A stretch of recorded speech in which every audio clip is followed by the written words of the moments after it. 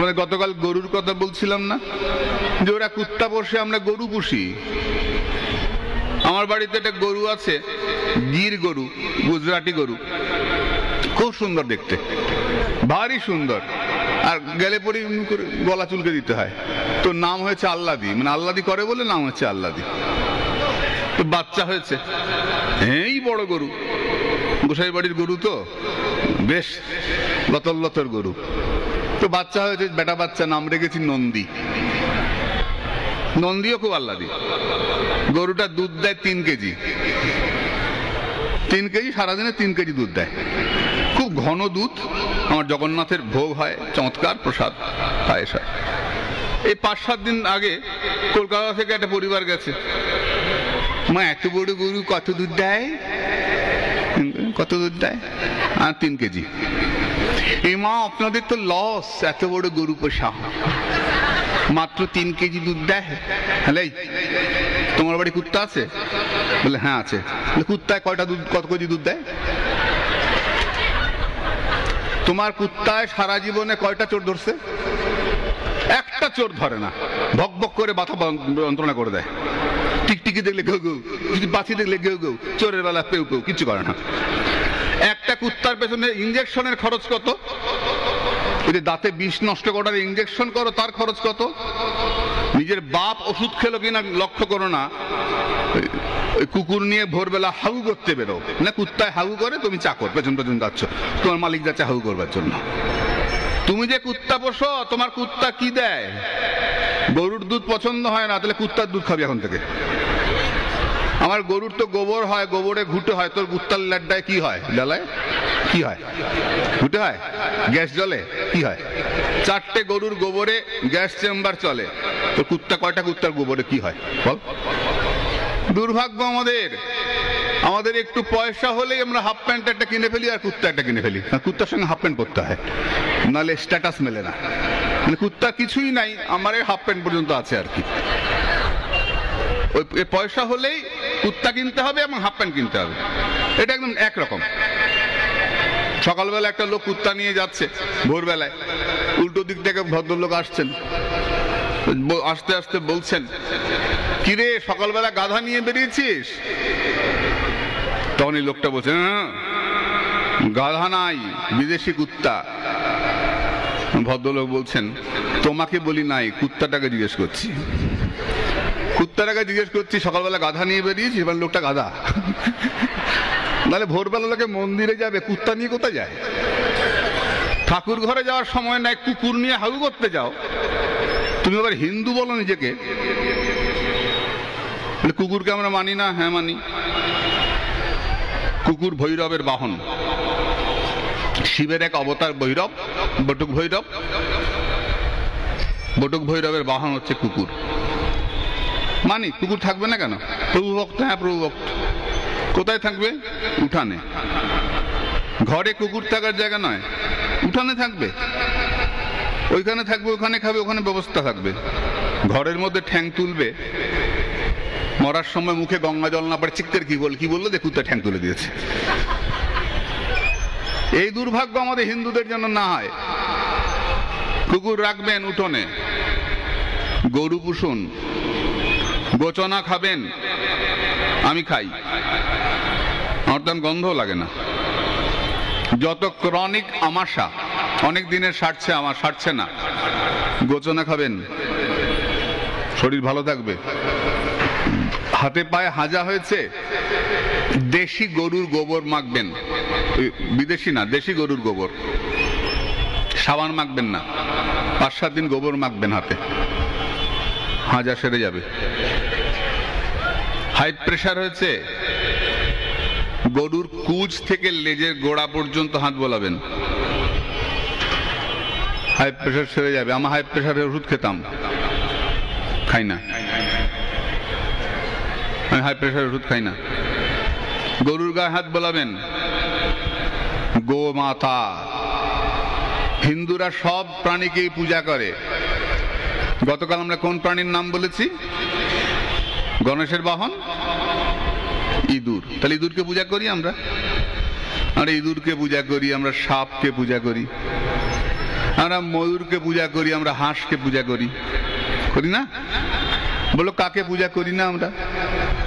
আমরা কুকুরকে পূজা করি, ভৈরবের বাহন। আমরা কাককে পূজা করি, কাককে সবাই ঘেন্না করে। কাক কার বাহন? ধূমাবতী, দশ মহাবিদ্যার এক মহাবিদ্যা যিনি বিধবা, ধূমাবতীর বাহন হচ্ছেন কাক। মাগো পড়তে হবে তো, আমাদের মধ্যে কত সম্পত্তি আছে আমাদের জানতে হবে। কেউ প্রশ্ন করলে উত্তর দিতে পারি না কেন? কেন পারবে না উত্তর দিতে? আমাদের প্রশ্ন করে আমাদের মধ্যে কিছু নাই, কোনো যুক্তি নাই। যে কেউ এসে যা ইচ্ছা বলে চলে যাবে আর আমরা হিন্দু বলে চুপ করে থাকবো। কাক ধূমাবতীর বাহন। আমরা সিংহকে পূজা করি, আমরা পেঁচাকে পূজা করি, আমরা কাঁকড়া বিছাকে পূজা করি। যে তেঁতুল বিছা, দেখবে মায়ের পায়ে আছে তেঁতুল বিছা। আমরা পূজা করি না এমন কোন প্রাণী দেখাবে না। আমরা কুমিরকে পূজা করি, মা গঙ্গার বাহন মকর, কুমির পূজা করি মকরকে। আমরা সমস্ত হিন্দু জাতি অত্যন্ত কৃতজ্ঞ জাতি। কেউ উপকার করলে আমরা মনে রাখি যে হ্যাঁ উপকার করেছে, যার জন্য আমরা খাবার পরে বেরিয়ে গিয়ে খাবার দেই। পঞ্চযজ্ঞ নির্বাহ করার, পঞ্চযজ্ঞের মধ্যে একটা যজ্ঞ হচ্ছে ভূতযজ্ঞ। কোনো না কোনো প্রাণীকে তোমাকে প্রতিদিন খাওয়াতেই হবে, এটা ঋণ শোধ। পঞ্চযজ্ঞ ভাগবতে বলেছেন, তার মধ্যে একটা যজ্ঞ হচ্ছে ভূতযজ্ঞ। প্রথম হচ্ছে মা বাবার সেবা, পিতৃমাতৃযজ্ঞ। তারপর হচ্ছেন নৃযজ্ঞ, মানুষকে খাওয়াবে। তারপর হচ্ছেন দেবযজ্ঞ, দেবতাকে ফুল দেবে। তারপর ঋষিযজ্ঞ, সাধুগুরু বৈষ্ণবকে ভোগ দেবে, প্রসাদ দেবে। তারপর ভূতযজ্ঞ, ভূতযজ্ঞ হচ্ছে কোনো না কোনো প্রাণীকে সেবা দেবে, প্রতিদিন খাওয়াবে। এটা পাখিকে চড়ুইকে দানা দাও, এটা যজ্ঞের ফল হবে, এটা যজ্ঞের ফল হবে। যার জন্য আমাদের চড়ুই ভাতি। পিকনিক করো না তোমরা পৌষ মাসে? পিকনিক কেন করা হয়? ভূতযজ্ঞ। আমাদের মধ্যে কত কিছু আছে বাবা, আমরা শুধু কীর্তন করে পুষ্পান্ন খেয়ে বাড়ি যাই। পিকনিক করে, যে পিকনিক চলে দেখো না, মাইক নিয়ে বেরোয়, চিৎকার করে কান কপাল খায়, এটা ভূতযজ্ঞ। কিরকম? অঘ্রাণ মাসে ধান উঠে যায়, পৌষ মাসে মাঠে ধান থাকে না, গাছে ফল থাকে না। পৌষ মাসে ফল থাকে? কুল পাকে? পাকে না। আম থাকে, কাঁঠাল থাকে, কোনো ফল গাছে থাকে না পৌষ মাসে। মাঠের ধান উঠে যায়, পাখিগুলো খাবে কি? তো বলা হলো চলো চড়ুই ভাতি করি। চড়ুই ভাতি করার নিয়ম কি না, এক থালা অন্ন আগে গিয়ে বন দেবতাকে প্রণাম করে দিয়ে আসতে হয়। এটা বন দেবীর ভোগ হয়। বন দুর্গা কেউ বলেন, কেউ বলেন বন দেবী। বন দুর্গার মন্দির কামাখ্যায় আছে, এখন ওখানে বাঘ ঘুরে বেড়ায়। বন দেবীর ভোগ হয়। ওটা কেন করা হয়? ওই এক থালা অন্ন যে তুমি দিয়ে আসলে কতগুলো পাখি খেয়ে বাঁচবে বলো? যদি গ্রামে গ্রামে এইগুলো বাড়ে, প্রতি জায়গা থেকে যদি থালা থালা অন্ন আসে, তাহলে প্রাণীগুলো খেয়ে বাঁচবে, পাখিগুলো খেয়ে বাঁচবে, পিঁপড়েগুলো খেয়ে বাঁচবে। ওদের জন্য এক থালা খাবার যায়। আমাদের খাবার সময় 100টা অন্ন রেখে উঠতে হয়। 57 ব্রাহ্মণকে তো রাখতেই হয়, পুরোহিতকে 100টা অন্ন রাখতে হয় ভাতের থালার কোনায়। চেটে পুটে করে খেলাম হবে না, 100টা থালা অন্ন রাখতে হবে। কেন? ওই 100টা অন্ন পিঁপড়া খাবে। এটা ভূতযজ্ঞ। আহা, দেখ আমাদের ভাবনাটা কি, আমাদের ভাবনাটা কি। ওই 100টা অন্ন রাখা হয়, ওটা ভূতযজ্ঞ। পিঁপড়েতে খাবে, পাখিতে খাবে, দেশ রক্ষা হবে, জগৎ রক্ষা হবে, ইকোসিস্টেম ঠিক থাকবে। ওই 100টা অন্ন রাখা হয় তার জন্য। 57 রেখে উঠতে হয়। চেটে পুটে খাওয়ার নিয়ম নাই আমাদের মধ্যে।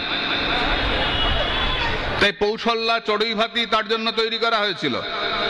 বলে এখন তো আর হয় না। কেন? মদের বোতল তো আর পাখিতে খায় না, মাংসের হাড্ডি তো আর পাখিতে খায় না, পিঁপড়েতে খায় না। কাজে পুরো ব্যাপারটাই পাল্টে গেছে। যই আমরা সরে আসছি আমাদের চেতনা থেকে, আমাদের বোধ যত লুপ্ত হয়ে যাচ্ছে, সমাজের তত ক্ষতি হয়ে যাচ্ছে।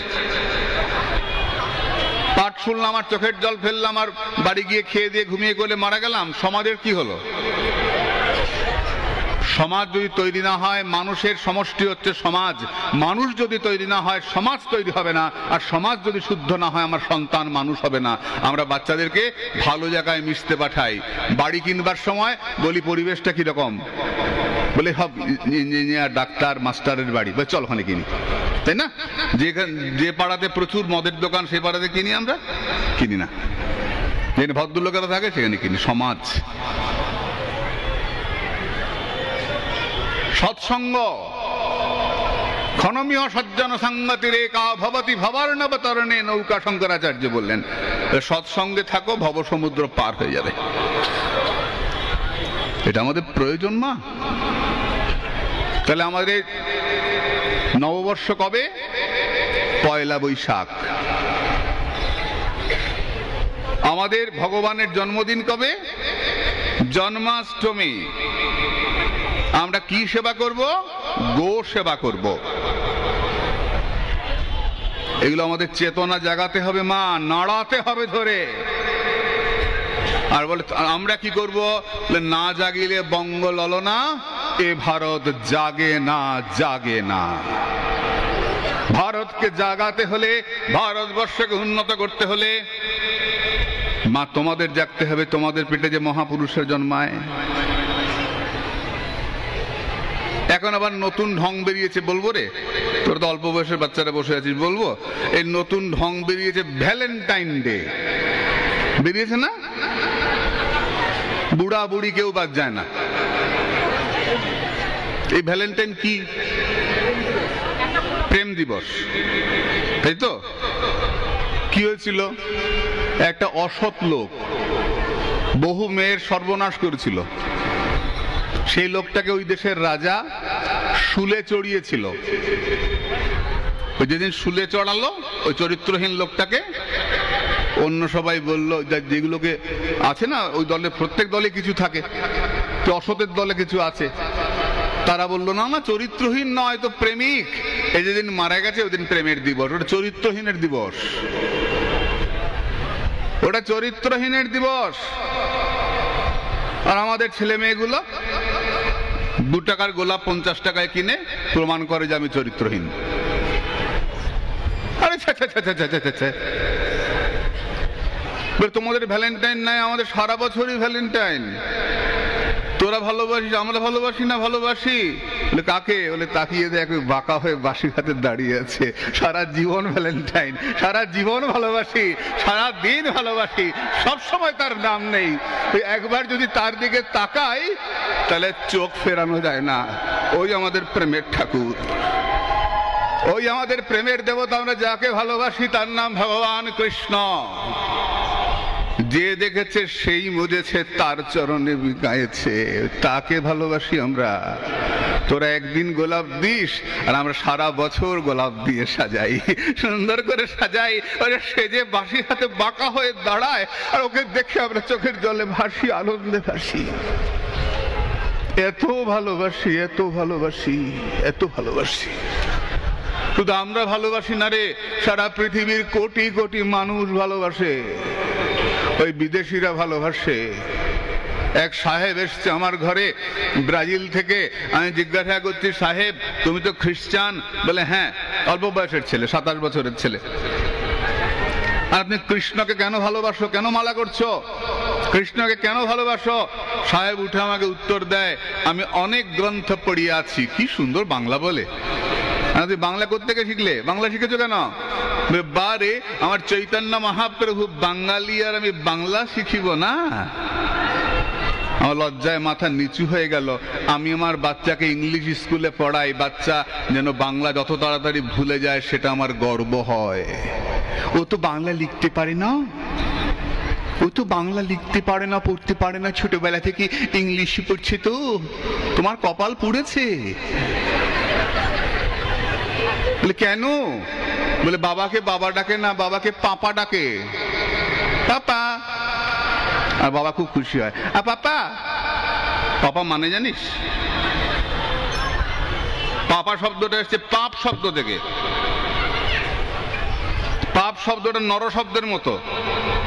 যারা একটু সংস্কৃত পড়েছেন 5, 7, 8 তারা জানবেন, নর নরু নরা। এক বচন, দ্বিবচন, বহু বচন। নর শব্দের মতো পাপ শব্দ, পাপ, পাপৌ, পাপা। একটা পাপ, দুইটা পাপ, যারা বহু পাপের পাপী তার নাম হয় পাপা। ওই বাচ্চাটা বারবার বাবাকে ডাকে, ও পাপি, ও পাপি, ও বহুত পাপি। এই বহুত খারাপ লোক। আর বাবা কি খুশি হয়, পোলাটা ঠিক কথা কইছে, মানে পাপি কইছে। আশ্চর্য ব্যাপার। আরে দেশের হলোটা কি? সারা জীবন বাবা ডেকে আসলাম, মানে পাপা করতে গিয়ে আসলো রে। তাহলে ড্যাড। আরে জিন্দা মানুষটাকে ড্যাড বানাস কেন? বাবা বলে ডাক, মাকে মামি, তো বাবা কি মামা? মহা সমস্যায় পড়ে যায় মেয়ে একটা বড় লোকের বাড়িতে গেলে। মামি, মামি কই, মামা কই, বলেই তো মা। এই যে মা তো তোর মামি করতে আসলো, মাকে মামি বলি ফেলেছে। এটা আমাদের দুর্ভাগ্য। যত আমরা হিন্দুত্ব ভুলে যাচ্ছি, যত আমাদের সংস্কৃতি আমরা ভুলে যাচ্ছি, আমাদের পরম্পরা আমরা ভুলে যাচ্ছি, হই না বিদেশি কি অসুবিধা? অসুবিধা বিদেশি সংস্কৃতি আমাদের মধ্যে যত আসছে, অসুবিধা আসছে। বলে কিরকম অসুবিধা আসছে? কিরকম অসুবিধা আসছে? যে অসুবিধাটা বিদেশে এসে গেছে, এটা ভারতেও এসে যাচ্ছে। কি অসুবিধা? এক মায়ের দুই স্বামী, আধুনিক, দুবার বিয়ে করেছেন। প্রথম স্বামী ভট্টাচার্য, তার ঘরে একটা ছেলে। দ্বিতীয়বার রিম্যারেজ করেছেন, তার স্বামী মণ্ডল, তার ঘরে একটা ছেলে। এবার ভট্টাচার্য মারা গেলেন, কোন ছেলেটা মাথা নাড়া করবে? যে ভট্টাচার্যের ছেলে সে তো ভট্টাচার্য, আর যে মণ্ডলের ছেলে সে তো মণ্ডল। কার নামে কে শ্রাদ্ধ করবে? শ্রাদ্ধ ব্যবস্থাটাই লুপ্ত হয়ে যাচ্ছে। বাবা মায়ের পিণ্ডি আর পড়বে না। ভট্টাচার্যের ছেলে কার শ্রাদ্ধ করবে? ওর এখনকার বাবা তো মণ্ডল, আর মণ্ডলের ছেলে আগের বাবা তো ভট্টাচার্য, আগের বাবা শ্রাদ্ধ করবে না, পরের বাবা শ্রাদ্ধ করবে। মাটা মরে গেলে কোন ছেলে কি নামে শ্রাদ্ধ করবে? অসীমা ভট্টাচার্য না অসীমা মণ্ডল? মায়ের শ্রাদ্ধটা কি নামে হবে? শ্রাদ্ধ লুপ্ত হয়ে যাচ্ছে। তাই বিদেশি কালচার যত আমাদের মধ্যে চাপছে, যত আমাদের মধ্যে ঢুকে যাচ্ছে, আমাদের তত আমাদের সমস্ত ঋষিদের যে আচরণ, আমাদের হিন্দুদের যে আচরণ, সব ধ্বংস হয়ে যাচ্ছে, সমস্ত লুপ্ত হয়ে যাচ্ছে। কাজে আমাদের জন্য খারাপ, আমরা ওটা নেব না। আমাদের নিজস্ব শাস্ত্র রয়েছে, গ্রন্থ রয়েছে। বেদ পৃথিবীর প্রাচীনতম গ্রন্থ। সারা পৃথিবীর মানুষ আজকে গীতা পড়ছে। ওই ছেলেটা সাহেব এসছে, আমি বললাম তুমি কেন কৃষ্ণ ভজন করো? ছেলেটা উত্তর দিচ্ছে, আমাকে ব্রাজিল থেকে এসছে, আমাকে উত্তর দিচ্ছে, আমি অনেক গ্রন্থ পড়িয়াছি, পড়িয়া দেখিয়াছি, কৃষ্ণই একমাত্র ভগবান যাহাকে বলা যায় আই লাভ ইউ। আর কোন ভগবানকে আই লাভ ইউ বলা যায় না। কৃষ্ণ একমাত্র ভগবান যাকে আই লাভ ইউ বলা যায়। প্রেমের ঠাকুর, ভালোবাসার ঠাকুর আমার ভগবান কৃষ্ণ, যাকে বলা যায় আই লাভ ইউ। এমন ভগবান ছেড়ে আমরা অন্যদিকে যাব? এই ভগবানকে গোলাপ দিয়ে সাজাবো না, যাকে ভালোবাসা যায়, তাই না মা? আমি ওকে জিজ্ঞেস করলাম তুমি এখানে কি করবে? আমাকে বললো আমি বাঙালি মেয়ে বিবাহ করিব। কেন? বাঙালি মেয়ে আমার সঙ্গে ভজন করিবে, আমাকে ছাড়িয়া যাইবে না। আমাদের ওখানে সব ছাড়িয়া যায়, চলিয়া যায়। আমি বাঙালি মেয়ে বিবাহ করিব, আমার সঙ্গে ভজন করিবে, আমাকে ছাড়িয়া যাইবে না। আমি মনে মনে বলি করিয়া দেখো একবার, বাপের নামটি ভুলিয়া যাইবে। এখন তো টের পাও না, মাত্র আসিয়াছ, করিয়া দেখো, করিয়া দেখো। বাঙালি সবার আগে নিজের সংস্কৃতি ভুলবার চেষ্টা করে। ও তো ইংরেজি বলি, ওটি বাংলা লিখতে পারে না, লজ্জা করে না? ছেলে বাংলা লিখতে পারে না, বাঙালির ছেলে। ও তো কোনোদিন ধুতি পড়ে নাই। কেন? কেন পড়ে নাই? ওই সাহেবদের প্যান্ট পরলে সাহেব হবে তোমার ছেলে? বাচ্চাকে ছোটবেলাতে ধুতি পরিয়ে ঠাকুর ঘরে ঢোকানো অভ্যাস করো। যখন ঠাকুর ঘরে ঢুকবে ছোট্ট টুকরো কাপড় রাখবে, পরে কাঁচা দিয়ে কপালে চন্দনের ফোঁটা দিয়ে ঠাকুর ঘরে ঢুকবে। লবকুশ তৈরি করো। সাধু তৈরি করো। মাটি নরম থাকতে থাকতে মাটি দিয়ে ঘট করতে হয় রে মা, মাটি শক্ত হয়ে গেলে ঘট বানানো যায় না। ছেলে চাকরি হবে, বউ আসবে, দীক্ষা নেবে, ঘন্টা হবে, টের পাইবে তারপরে কি হয়। বাচ্চাকে ছোট থাকতে থাকতে গীতা পড়াও। বিদেশে যাক কোনো আপত্তি নাই, বুকের মধ্যে গীতা দিয়ে দাও, অন্তত গীতাটা একটা লাইন পড়িস বাবা, একটা লাইন পড়িস, গীতা তোকে রক্ষা করবে। ছেলের মনের মধ্যে, মেয়েটার মনের মধ্যে ধর্মবোধ জাগাও। আজকে বিদেশের মানুষ, অস্ট্রেলিয়া থেকে এসছে কয়েকজন মেম সাহেব আমাদের মন্দিরে। আমি ছোট্ট একটা বাচ্চা আছে, বছর 10 বয়স, আমি আপেল আর দুধ দিয়েছি। ওই পুচকে বাচ্চাটা আমাকে বলে কি, এটা প্রসাদ তো? কেন? আমি তো প্রসাদ ছাড়া কিছু খাই না। ও সোনা রে, আমি জড়িয়ে ধরেছি। আমি আমার বাচ্চাকে চিকেন মোমো খাওয়াই, আর ওদের বাচ্চাকে ওরা গোবিন্দের প্রসাদ পাওয়ায়। লজ্জা করে না? আমাকে বলছে আমি খোল বাজাইতে পারি, আমি কীর্তন করিতে পারি। আমরা নিশ্চয়ই পারবে সোনা। আমাদের বাচ্চার হাতে তো আমরা খোল দিই না, আমরা বিদেশি ইনস্ট্রুমেন্ট শেখাতে চেষ্টা করি, বিদেশি নাচ শেখাই, রক নাচ শেখাই। আমরা আমাদের বাচ্চাকে হরিনাম শেখাই না। এরপরেও বলবেন মা আপনারা হিন্দু। এটা আমার অভিজ্ঞতা আপনাদের বলছি, আমি তো দেশে দেশে ঘুরে বেড়াই, আমার অভিজ্ঞতা আপনাদের বলছি। এটা আমাদের জন্য ভয়ঙ্কর খারাপ, ভয়ঙ্কর খারাপ এটা আমাদের জন্য। তাহলে আমরা কি করব? উপায় কি? গ্রন্থে ফিরে আসি। আমাদের উপায়, আমরা সাধুর কাছে যাব এবং সাধুর মুখে যে কথা শুনব সেই কথা আমরা আমাদের জীবনে কাজে লাগাবো। আমরা পয়লা বৈশাখ নববর্ষ করব, আমরা জন্মাষ্টমীতে লাড্ডু উৎসব করব, নিজের বাচ্চার জন্মদিনে ঘিয়ের প্রদীপ জ্বালাবো, কেক কাটবো না, পায়েস ভোগ লাগিয়ে বাচ্চাকে খাওয়াবো। আমরা আমাদের প্রেমিক ভগবান কৃষ্ণকে সারা বছর আমরা সাজাবো, ভালোবাসা দেবো। কার কাছ থেকে শিখবো? সাধুর কাছ থেকে শিখবো।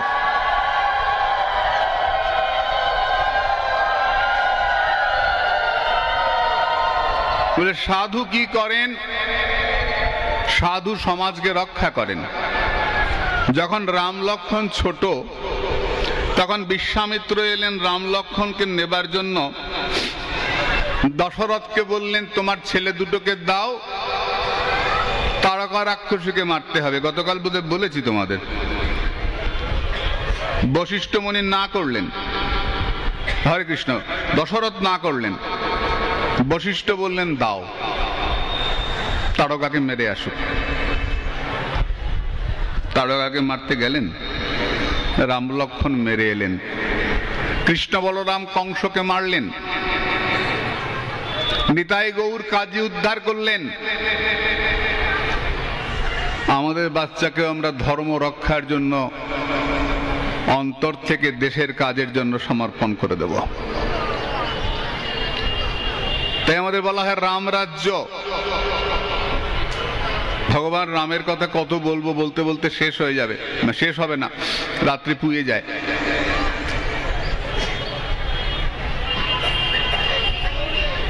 এদের কাছ থেকে আমরা জীবনে আচরণ শিখব। সাধুরা এক জায়গাতে বসেছেন, উপবিষ্টা মুদাবিষ্টা মান্যমানা কৃতার্থতাম কৃষ্ণস্য দ্বৈত অশীতি শ্লাঘন্তে স্ম পরস্পরম। সাধুদের একটা স্বভাব হচ্ছে, সাধুরা একজন আরেকজনকে সম্মান করেন। দুজন দেখা হলো তো, ইনি বলেন আপনি আমাকে দর্শন দিতে এসছেন, উনি বলেন না না আপনি আমাকে দর্শন দিয়ে ধন্য করতে এসছেন। শ্লাঘন্তে স্ম পরস্পরম, দুজন দুজনের প্রশংসা করেন, বুঝবে এরা সাধু। সাধু কখনো নিজের প্রশংসা শোনেন না। প্রিয়ব্রত উপাখ্যানে ভাগবতে বলা আছে, প্রিয়ব্রতকে যখন সবাই মিলে সম্মান করছেন, তখন প্রিয়ব্রত বলছেন আমি আপনাদের সম্মানের যোগ্য নই, আপনারা যেমন আমাকে সম্মান করছেন আপনারা সেই রকম আমাকে সম্মানের যোগ্য করে তুলুন, আপনারা সম্মানের যোগ্য তুলে তুলুন। এ মনিহার আমায় নাহি সাজে। এ মনিহার আমায় নাহি সাজে, যে সম্মান আপনারা করলেন এটা আমার জন্য নয়। তো সাধুদের স্বভাব, সাধুরা পরস্পর পরস্পরকে প্রশংসা করেন। আহা, আপনাকে দর্শন করে আমি ধন্য হলাম, ধন্য হলাম। আমি আমার জীবনে অভিজ্ঞতা বলি, আমার তো খালি গল্প করার স্বভাব। কুম্ভ মেলায় গেছি, কুম্ভ আরম্ভ হচ্ছে না, তা প্রয়াগে কুম্ভ হচ্ছে, সেবার প্রয়াগে কুম্ভ বছর 2 আগে। তা কাশ্মীর স্বর্ণানন্দ তার ওখানে গেছি, তার শিবিরে ছিলাম। প্রসাদ থাকার সব, কোনো পয়সা লাগবে না, বিনামূল্যে। তা দর্শন করব সাধুকে, আগের দিন দেখতে গেছি, দেখি ব্যাপারটা কিরকম। উনি বসে আছেন, চতুর্দিকে সন্ন্যাসীরা ঘিরে আছেন, সামনে এটা টুলের মধ্যে উনার খড়ম দুটো রাখা, পরপর বিদেশ সমস্ত মানুষরা আসছেন, বড় বড় বরেণ্য ব্যক্তিরা। রামদেব বাবা এলেন, ওই খড়মে প্রণাম করছেন, ইশারা করলেন, যার যার ক্যাম্পে ঢুকে যাচ্ছেন। না ক্যাম্প তো নয়, এটা নগর। আনুমানিক 100 কোটি টাকা খরচ 1 মাসে ওই সাধু। তারপরে অশোক সিংহলজি এলেন, বিশ্ব হিন্দু পরিষদের প্রধান, গাড়ি করে নামলেন, প্রণাম করলেন, ইশারা করছেন, যার যার সব চলে যাচ্ছেন যার যার ঘর। সব সুইট কর্নার, অস্থায়ী ব্যবস্থা, বিশাল ব্যবস্থা। আমি দেখে দেখে আমি ভাবলাম যে ওরে বাপরে, এত বড় সাধু, আমি চুনোপুটি, আমি কি করবো ওখানে গিয়ে? দূর থেকে দেখছি এটাই ভালো। পরের দিন বুকের সাহস নিয়ে ঢুকে পড়লাম ওনার দেখা করার জায়গায়। একজনকে ব্যবস্থা করেছিলাম, গিয়ে বসে আছেন, ভেতরে দীক্ষা দিচ্ছেন। অস্থায়ী তাবু তো, তোমার বেত দিয়ে দেয়াল তৈরি করা, সে না দেখলে ভাবা যাবে না সে ইন্দ্রপুরী না স্বর্গ কে জানে। বসে আছে, একটু পর উনি এলেন, এসে বসলেন আমাদের থেকে একটু দূরে সোফায় বসলেন। বসে বলছে, বলো বলো। আমি 1000 টাকা বের পকেটে রেখেছিলাম, তখন 1000 টাকা ছিল। আমি 1000 টাকা পকেটে রেখেছি, সাধুকে দেখবো আর উনার ওখানে বিনা পয়সায় আছি, খাচ্ছি, একটু কিছু দেওয়া উচিত। 1000 টাকা দিয়ে প্রণাম করবো। ডান দিকে বাদিকে তাকিয়ে দেখি, মা বিশ্বাস কর, এক বর্ণ মানে মিথ্যা বলছে না, সবটাই সত্যি বলছি, নাক ছুঁয়ে বলছি। আমার ডান দিকে বাদিকে দেখি খসখস খসখস করে খালি টাকার আওয়াজ, বান্ডিল বান্ডিল টাকা বের করছে সব সেঠেরা। ওরা দেখে ডেকে আমি 1000 টাকা পকেট রেখে দিয়েছি, দেবো না, থাক, এদের সামনে আমি কি দেবো রে ভাই, চুপচাপ থাক, দেখা যাক কি হয়। সাধু এসে এলেন, বসলেন স্বর্ণানন্দজি, তো সেঠেরা টাকা এনে করে নিয়ে ধরছে, বান্ডিল বান্ডিল টাকা, কত টাকা কে জানে। উনি বললেন, আমি 1 টাকাও নেব না। তো ওরা বলছে, আপনার চরণ ছাড়া কোথায় দেব, নেই লুঙ্গা, নেব না। 1 টাকাও নিচ্ছেন না। সবাই ফেরত নিল টাকা। তারপরে আমাদের দিকে তাকিয়ে, আমরা নতুন গেছি, তিলক আছে কপালে, মালা, সেজে গুজে গেছি, সাধু মনে হয় আর কি। বসছে, এরা কারা জিজ্ঞেস করছেন। তো পাশ থেকে একটা মা বলেছে যে এরা নবদ্বীপ থেকে এসছে। নবদ্বীপ থেকে এসেছে, গোসাই লোক হবে, আমার কাছে এসো, কাছে আসো, কাছে আসো। আমার তো তখন ভগবান, এই বলে ভগবত প্রাপ্তি, কাছে আসো। আমি তো একদম গিয়ে পায়ের কাছে বসছি, নিচে বসছি, পায়ের কাছে তাকিয়েছি। তো ভাবছি যে এখন দক্ষিণাটা দেবো, কি ভয় পাচ্ছি ভেতরে। ইশারা করলেন, সেবক চলে গেল, 2 মিনিটের মধ্যে চলে এলো। আমরা 6 জন ছিলাম, আমাদের গলায় একটা করে স্ফটিকের মালা, একটা করে মুক্তোর মালা, একটা করে শাল পরিয়ে দেন। পরিয়ে দিয়ে বলছেন, এই আপনাদের ঘর আছে, সব সময় আসবেন, আপনাদের ঘর আছে, আসবেন আসবেন আবার আসবেন। আমি অবাক হয়ে ভাবলাম, এত বড় মাপের সাধু, সারা ভারত সারা পৃথিবী যাকে চেনে, আমার মতো একটা চুনোপুটিকে শাল গায়ে দিয়ে বলছেন আবার আসবেন আবার আসবেন। এর নাম ভারতবর্ষের সাধু। ভারতবর্ষের সাধুদের সম্মান করতে জানে। চৈতন্য মহাপ্রভুর কথা, অমানিনা মানদেন কীর্তনীয় সদাহরি, কীর্তন করবে, হরিনাম করবে। কিভাবে? অমানি না মানদেন, যার মান নাই তাকে মান দেবে। যাকে কেউ সম্মান করে না তুমি তাকে সম্মান করবে, তবে তুমি ভারতীয়। গর্বের সঙ্গে বলো, মূর্খ ভারতবাসী আমার ভাই, বলেছেন না স্বামীজি? গর্বের সঙ্গে বলো। এটাই আমাদের পরম্পরা। সাধুরা সব আলোচনা করছেন, পরস্পর সম্বোধন করছেন। এমন সময় এক ব্রাহ্মণ এসেছেন। মাত স্তদানিং তত্রৈব বিপ্রবর সমাগতঃ। এক ব্রাহ্মণ এসেছেন, এসে ওইখানে তার নারায়ণ রেখেছেন। নারায়ণ রেখে খুব তাড়াতাড়ি তাঁবু খাটিয়েছেন, নারায়ণকে পুজো করছেন। নারায়ণকে পুজো করছেন শালগ্রাম। শালগ্রাম ও শিলারূপং কৃষ্ণং স্বর্ণাসনে শুভে নিবেশ্য ভক্তা সংপূজ্য যথাবিধি মুদাবৃতঃ। নারায়ণের পুজো করছেন যথাবিধি, শাস্ত্রে যেমন বলেছেন সেই রকম পুজো করছেন। এখানে একটু বলি, ভগবানের পুজো বিধি সম্মত করতে হয়। বলে না, আমাদের তো বিধি শাস্ত্র নয়। হ্যাঁ, বিধি। আমাদের তো রাগানুগা। রাগানুগা মানে কি? সখীরা যেমন করেছিলেন তাদের আনুগত্যে যে ভজন, তার নাম রাগানুগা ভজন।